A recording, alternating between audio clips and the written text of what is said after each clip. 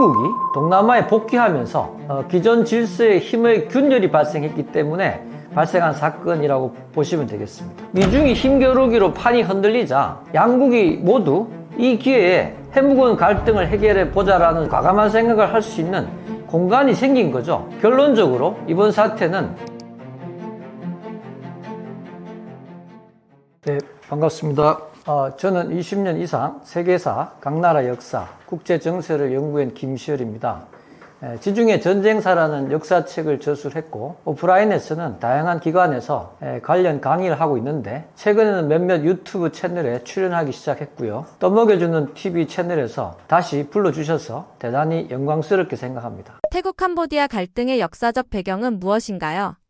두 나라 관계는 한마디로 천년의 라이벌이다 이렇게 볼 수가 있겠습니다. 과거에 캄보디아는 크메르 제국이라는 이름으로 동남아를 지배했었는데 이후에 이제 태국의 시암 왕국이 강성해지면서 크메르 수도를 함락한 적이 있거든요. 그리고 이제 이런 과정이 정복과 피정복의 앙금이 깊어졌다 이렇게 볼 수가 있겠습니다. 현대에는 프레아 비어 사원 문제가 결정적인데요. 식민 시절 프랑스의 지도에서 그 사원이 캄보디아 땅으로 표기가 되거든요. 그런데 태국은 산능선 기준으로 자연국경 원칙이라고 하면서 자기 땅을 주장합니다. 결국 국제사법재판소에서 캄보디아 손을 들어주게 됐거든요. 그러면서 이제 갈등이 지속되는 겁니다. 결정적으로는 2008년에 캄보디아가 단독으로 이 사원을 유네스코 문화유산으로 등재를 하면서 갈등이 지속이 됐습니다. 군사적 충돌까지 일어나게 됐죠. 그러니까 이제 종합해보면 이번 사태 같은 경우는 이런 역사적인 자존심 싸움하고 식민시대의 그 국경 분쟁 그리고 양국 국내 정치 상황이 얽혀있는 그런 복합적 문제다 이렇게 정리할 수 있겠습니다. 그리고 이번 사태 같은 경우는 미국이 동남아에 복귀하면서 기존 질서의 힘의 균열이 발생했기 때문에 발생한 사건이라고 보시면 되겠습니다. 캄보디아나 태국 같은 경우 모두 그 막강한 그 중국의 영향력 하에 있는 친중 국가입니다. 그러니까 이 두 나라에 있어서는 중국이 일종의 안정판 역할을 해왔던 거죠. 그래서 양국 모두 과거에는 중국의 눈치를 봤습니다. 그런데 트럼프 행정부가 관세를 압박하기 시작하니까 그리고 동남아를 개입하면서 상황이 변동된 거죠. 특히 태국의 경우 같은 경우는 중국의 눈치만 바라볼 필요 없이 태국이 미국 카드를 손에 쥐게 됐다 이렇게 볼 수가 있겠습니다. 이렇게 미중이 힘겨루기로 판이 흔들리자 양국이 모두 이 기회에 해묵은 갈등을 해결해 보자라는 생각을 그런 과감한 생각을 할 수 있는 공간이 생긴 거죠. 결론적으로 이번 사태는 미중 패권 경쟁이 동남아의 기준 질서를 어떻게 흔들고 그 불안정성이 실제 군사 충돌로 이어질 수 있는지 보여주는 사례가 되겠습니다. 미중 패권 경쟁 속 태국 캄보디아의 전략적 위치는 무엇인가요?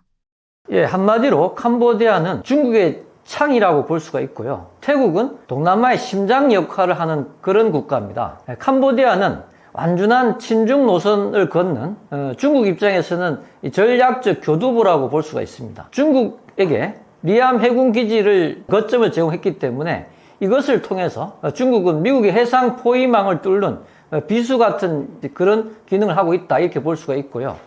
그리고 캄보디아는 아세안 내에서 중국의 입장을 대변하는 그런 위치에 있으면서 그 미국의 외교적인 노력을 무력화시키는 역할을 하고 있습니다. 반면에 태국 같은 경우는 동남아 심장부에서 아슬아슬한 줄타기 외교를 하는 그런 균형자 역할을 하고 있다. 그리고 안보는 태국 같은 경우는 미국과 코브라 골드 훈련을 함께 하면서 동맹을 과시하고 있거든요. 근데 경제는 중국이 1대1로에 참여해서 막대한 이익을 챙기는 시기죠. 특히 그 말라카 해협을 대체 가능한 크라 운하 구상에 대해서 그런 잠재적 카드를 쥐고 양쪽 모두에게 그 자신의 전략적 가치를 극대화하고 있습니다. 결론적으로 캄보디아는 중국에 완전히 편승한 국가이고 태국은 균형자를 자처하면서 미중 경쟁을 자신의 이익을 위한 지렛대로 활용하고 있는 겁니다. 아세안과 국제사회는 어떤 역할을 할 수 있을까요? 이번 사태 해결 과정에서 한마디로 아세안이 그 중재의 명분을 가졌고 미국과 중국이 해결의 실리를 챙기는 그런 구도였다 이렇게 볼 수 있겠네요. 아세안 의장국이 말레이시아인데 이 말레이시아를 중심으로 신속히 대화의 장을 마련했습니다. 그리고 휴전을 이끌어내는데 기여를 했거든요.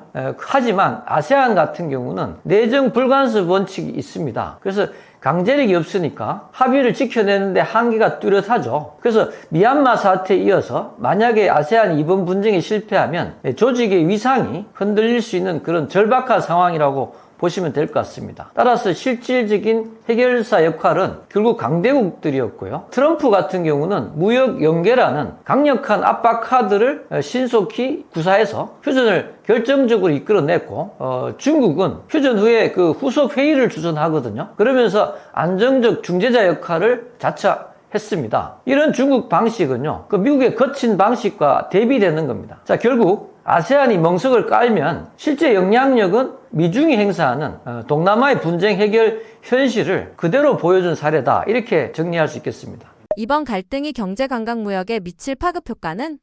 자, 이번 충돌로 양국의 경제의 근간을 흔드는 경제 전쟁으로 이제 번지고 있다. 이렇게 보시면 될 것 같고요.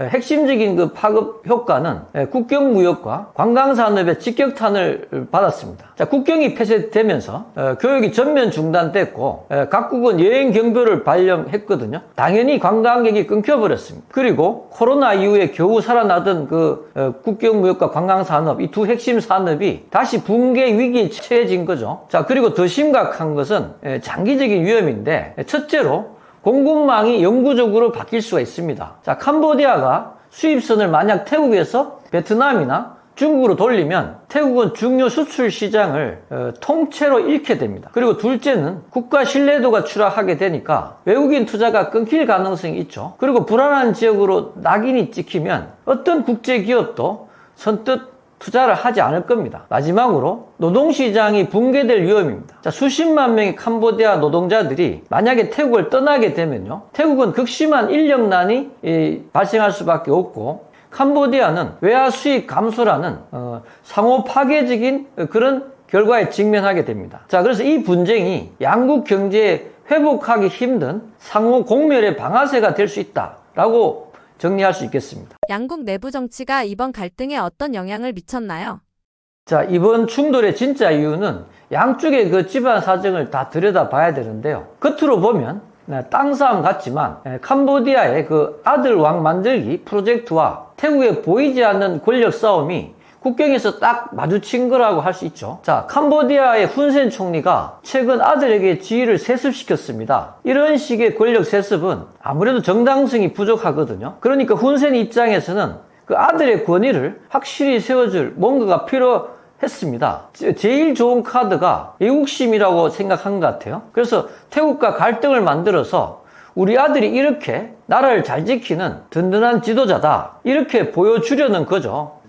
그리고 내부 불만을 저기 나쁜 태국 좀 봐라, 이런 식으로 외부에 돌리려는 아주 잘 짜인 각본이라고 생각합니다. 자, 태국은 상황이 좀 더 복잡한데요. 국민이 뽑은 정부랑 막강한 군부 사이에 힘 겨루기가 대단하거든요. 자, 이번 사태에서 군부가 아주 신났습니다. 왜냐하면 이 국가 안보 구실로 정치에 개입할 수 있는 명분이 생겼거든요. 자, 태국의 여성 총리가 이 훈센 전 총리와 통화를 하면서 태국 군대를 무시하는 발언을 했지 않습니까? 그래서 심지어 업무 정지까지 받았거든요. 자, 정부가 곤란한 상황에 처해졌죠. 자, 그러니까 그거 봐라, 안보는 우리에게 맡게 한다면서 군부가 이번 사태에 개입한 거다, 이렇게 보시면 되겠습니다. 이와 같은 권력 세습은 캄보디아의 독재화로 볼 수 있는 건가요?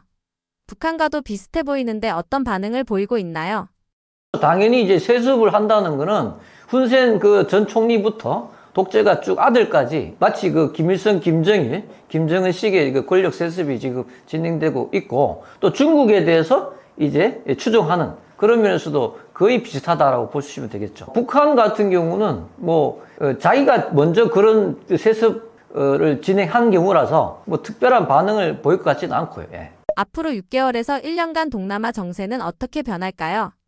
한마디로 그 뜨거운 압력솥 같은 그런 상태다. 그래서 미중 갈등의 그 열기 때문에 내부가 막 부글부글 끓지만 전면적인 폭발은 없는 그런 아슬아슬한 상황이 계속 지속할 거라는 거죠. 자, 핵심적인 변화는 세 가지를 줄 수 있는데, 첫째가 미중의 줄다리기가 아마 노골화될 겁니다. 자, 과거의 동남아 국가들은 안보는 미국, 경제는 중국, 이런 식으로 기존에 줄타기를 해야 하는데 그런 그 한계를 체감할 겁니다. 왜냐하면 미중 양쪽에서 자신들을 선택하는 압박이 훨씬 심해질 것 같거든요. 둘째로는 작은 불씨들이 커질 위험이 높습니다. 자, 가장 위험한 내가는 단연 남중국해인데요. 왜냐하면 지금 미국의 지원을 받는 필리핀과 중국이 충돌할 가능성이 매우 높습니다. 그리고 지금 태국 캄보디아 국경에 같은 경우도 말씀드린 것처럼 양국의 국내 정치에 따라서 언제든지 다시 타오를 수 있는 휴화산이다 이렇게 볼 수가 있고요. 셋째는 아세안의 분열이 가장 큰 변수가 될 것 같습니다. 자, 내년이죠. 2026년 아세안의 의장국은 미국의 핵심 동맹 필리핀이거든요. 그러다 보니까 필리핀이 주도하는 아세안은 남중국해에서 중국에게 강경 노선을 취할 가능성이 높습니다. 자, 이렇게 되면 캄보디아 같은 친중국가하고 마찰이 일어날 수밖에 없거든요. 자, 이렇게 되면 아세안이 내부 분열로 제 기능을 못할 위험이 커지는 거죠. 자, 결론적으로는 큰 전쟁은 없겠지만 작은 충돌과 외교 갈등이 계속될 것 같습니다. 동남아 국가들은 그 어느 때보다 힘든 생존 줄타기를 해야 할 것 같습니다. 태국, 캄보디아 갈등이 대한민국에 미치는 영향은 어떤 게 있을까요? 국내라기보다 동남아 문제만이 아니고요. 지금 관세 정책이 트럼프에서 전 세계적인 그 압박을 하면서 줄 세우기가 진행되고 있다고 봐야 되거든요. 그런 면에서는 당연히 이제 우리나라 정부도 이제 우리가 어떤 노선을 취할지 영향을 아마 받을 것 같습니다. 자, 지금 세계는 미중 신냉전이 본격화되는 초입 단계에 있습니다. 한반도 역시 미중 대립의 최전선에서 중립을 취할 수 없는 양당 간의 확실한 노선을 요구받고 있죠. 이런 점에서 우리는 생존 가능성을 극대화하는 현명한 결정을 해야 한다고 봅니다. 자, 떠먹여주는 TV 구독자분들과 국제 정세 및 역사 분야에서 다양한 주제로 다시 만나 뵙길 기대합니다. 고맙습니다.